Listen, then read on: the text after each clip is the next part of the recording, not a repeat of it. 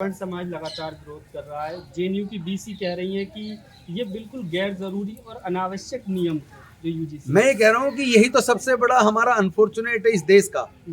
ऐसे ऐसे जातिवादी सोच वाले लोगों को आरएसएस बीजेपी ने प्रीमियर इंस्टीट्यूशंस का वाइस चांसलर बना दिया, हेड बना दिया है। क्योंकि राजनीतिक पार्टियां जनता के मूड को देख के रुख बदलती हैं। तो जो राजनीतिक पार्टियां हमारे साथ नहीं खड़ी थी, हमें उम्मीद है कि अभी 15 दिन के अंदर अंदर वो राजनीतिक पार्टी सब हमारे साथ खड़ी होंगी। आने वाले इसी 25 तारीख को हम लोग कॉन्स्टिट्यूशन क्लब में 3 बजे मिल रहे हैं। एक कन्वेंशन है जिसमें हम यूजीसी, केवल यूजीसी नहीं, चूंकि यूजीसी से संबंधित कॉलेजेस पे तो ये लागू होने वाली बात थी, लेकिन अगर इंजीनियरिंग कॉलेजेस जो एआईसीटी के अंदर में आते हैं या इसी तरह का जैसे आईआईएम है या मेडिकल कॉलेज, बहुत सारे ऐसे यूनिवर्सिटीज और कॉलेज हैं जो यूजीसी से एफिलेटेड नहीं है, वहाँ तो ये कवर ही नहीं होने वाला था। तो वहाँ भी कवर हो, वहाँ पे भी कानून बने और इसको और बेहतर तरीके से बनाकर लागू किया जाए। इस पे हम अपनी लड़ाई को तेज करने वाले हैं और केवल शुरुआत है 25 से। जज का मतलब ये नहीं कि आप ये उम्मीद करें कि वो न्याय भी करे।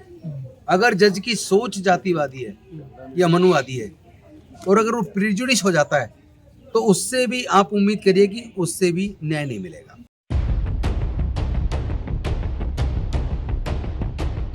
सर, लगातार यूजीसी की जो नई गाइडलाइंस है उसको लागू करने की मांग की जा रही है।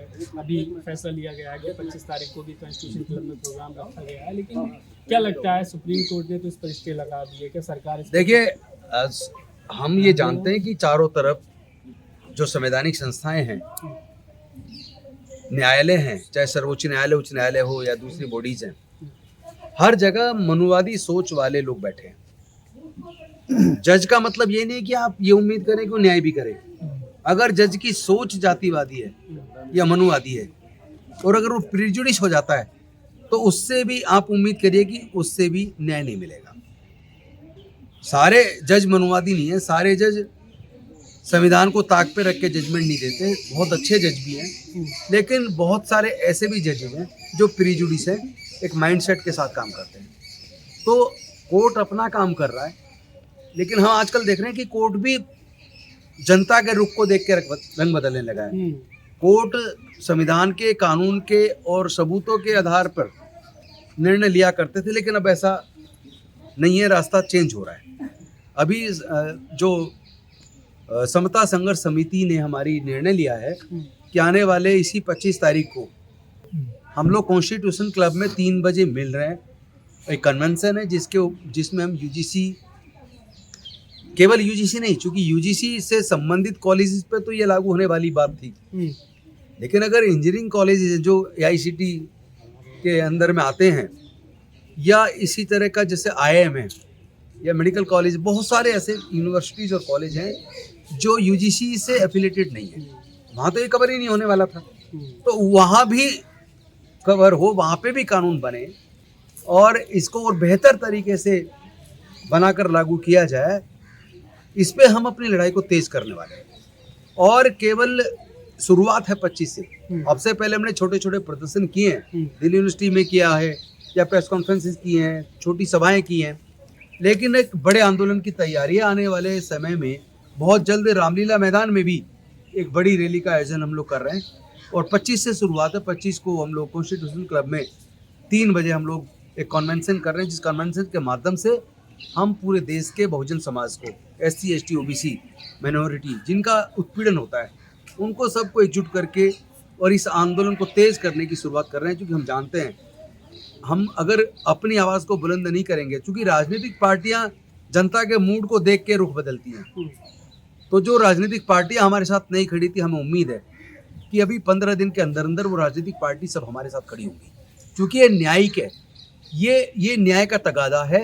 ये उत्पीड़न के खिलाफ, हर प्रकार के उत्पीड़न के खिलाफ एक गाइडलाइन होनी चाहिए। दमनकारी लोग, शोषक लोगों, जो शोषण करने वाले लोग हैं, उनको कटघरे में खड़ा करना बेहद जरूरी है और इस बात की परवाह नहीं करनी चाहिए कि मुट्ठी भर मनुवादी लोग, मनुवादी मीडिया के माध्यम से एक बड़ा आंदोलन का रूप दिखाकर मुट्ठी भर लोगों का, और जिस तरीके से कोर्ट तक को प्रभावित करने की कोशिश की गई है, उसके खिलाफ अब बहुत बड़ी आंदोलन की लेकिन क्या तैयारी है। क्या सर इसके पीछे कोई खेल भी आप देख रहे हैं कि सरकार जिस तरह से ये नहीं, खेल तो guidelines लेकर बीजेपी ने आई, खेला ही है। लेकिन सरकार ने समझाया नहीं खेल बिल्कुल खेल भी। बीजेपी ने खेला दिखाने को। हम्म, सुप्रीम कोर्ट की डायरेक्शन पे जो पार्लियामेंट्री कमेटी ने जो सजेशन दिए, यूजीसी ने गाइडलाइन एक रेगुलेशन बनाकर नोटिफिकेशन तो कर दिया, लेकिन जब कोर्ट में ये मुद्दा गया तो बीजेपी की सरकार के, केंद्र सरकार के जो सॉलिसिटर जनरल हैं, वो तो वहाँ चुप्पी साध गए। उन्होंने स्टे होने दिया, एक शब्द नहीं बोला। इससे पता लगता है कि बीजेपी ने डबल गेम खेला। एक तरफ SC ST OBC को खुश करने की दिखावटी कोशिश की, और दूसरी तरफ फिर स्वर्णवादी सोच के तहत, मनुवादी सोच के तहत अपने लोगों को भी खुश कर दिया। कोर्ट के अंदर अपने वकील को कह दिया कोई आर्ग्यू नहीं करना, इसको स्टे होने दो, और स्टे हो गया।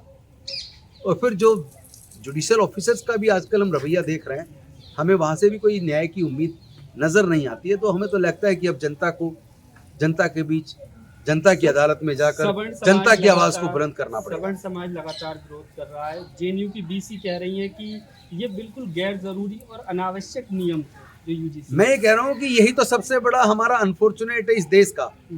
ऐसे ऐसे जातिवादी सोच वाले लोगों को RSS BJP ने प्रीमियर इंस्टीट्यूशंस का वाइस चांसलर बना दिया, हेड बना दिया है, जिसकी खुद की जातिवादी सोच है, जो ये कह रही है कि ये तो विक्टिम कार्ड खेल रहे हैं। अरे कभी इस दर्द को जानो जो हजारों साल तक हमारे SC ST OBC के लोगों ने झेला है, आज भी झेल रहे हैं लगातार। कितना ही ब्रिलियंट आदमी हो, कितना ही अपनी काबिलियत के दम पे कहाँ तक पहुंच जाए, तो भी कहते हैं कोटे से आया।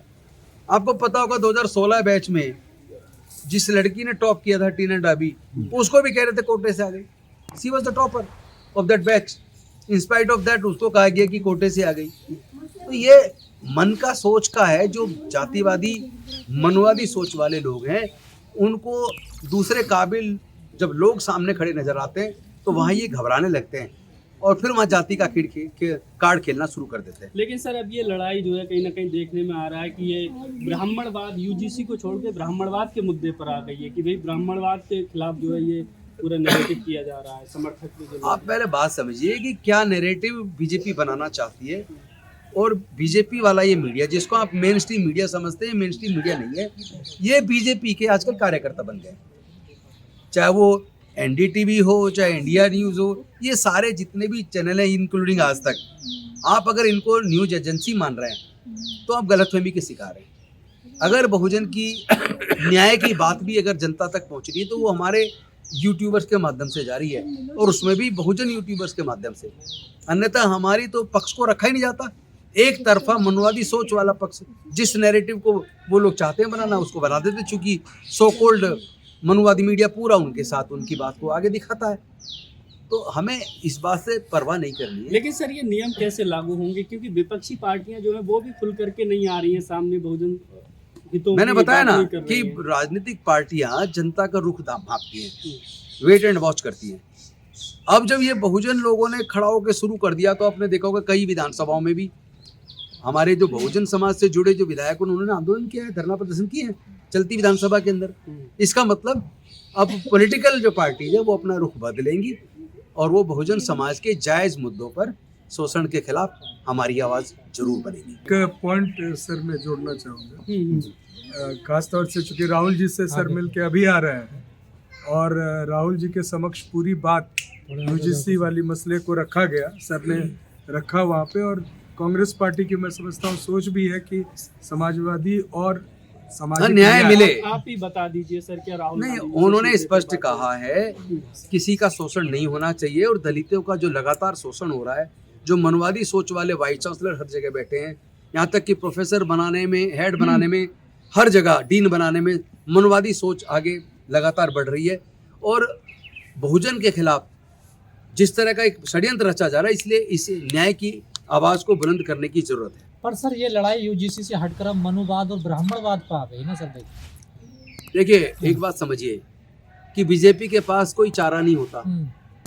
जब जब पूरे देश में वो एक्सपोज होते हैं, जब पता लगा कि अमेरिका के साथ जो ट्रेड डील एक तरफा हो गई और ट्रंप की शर्तों पे हो गई, देश की किरकिरी हो गई, देश को आर्थिक हानि भी बड़ी मात्रा में हुई है।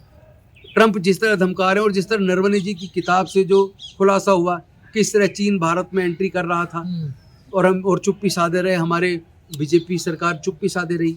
इससे वो इतने बुखला गए कि वो उस पूरे नैरेटिव को बदलने की कोशिश कर रहे हैं। उसी घबराहट में वो आजकल जो भी न्याय की बात करता, संविधान की बात करता, उसी को देशद्रोही कह देते हैं। तो उसकी परवाह नहीं करनी है, हमें इस सामाजिक न्याय की लड़ाई को आगे बढ़ाना। पर साधु संत कह रहे हैं कि इसको लागू ना किया जाए, यानी देश में गृह युद्ध हो जाएगा। साधु संत थोड़ी ना देश को देखेंगे, साधु संत अपना देखे, काहे के साधु संत भाई।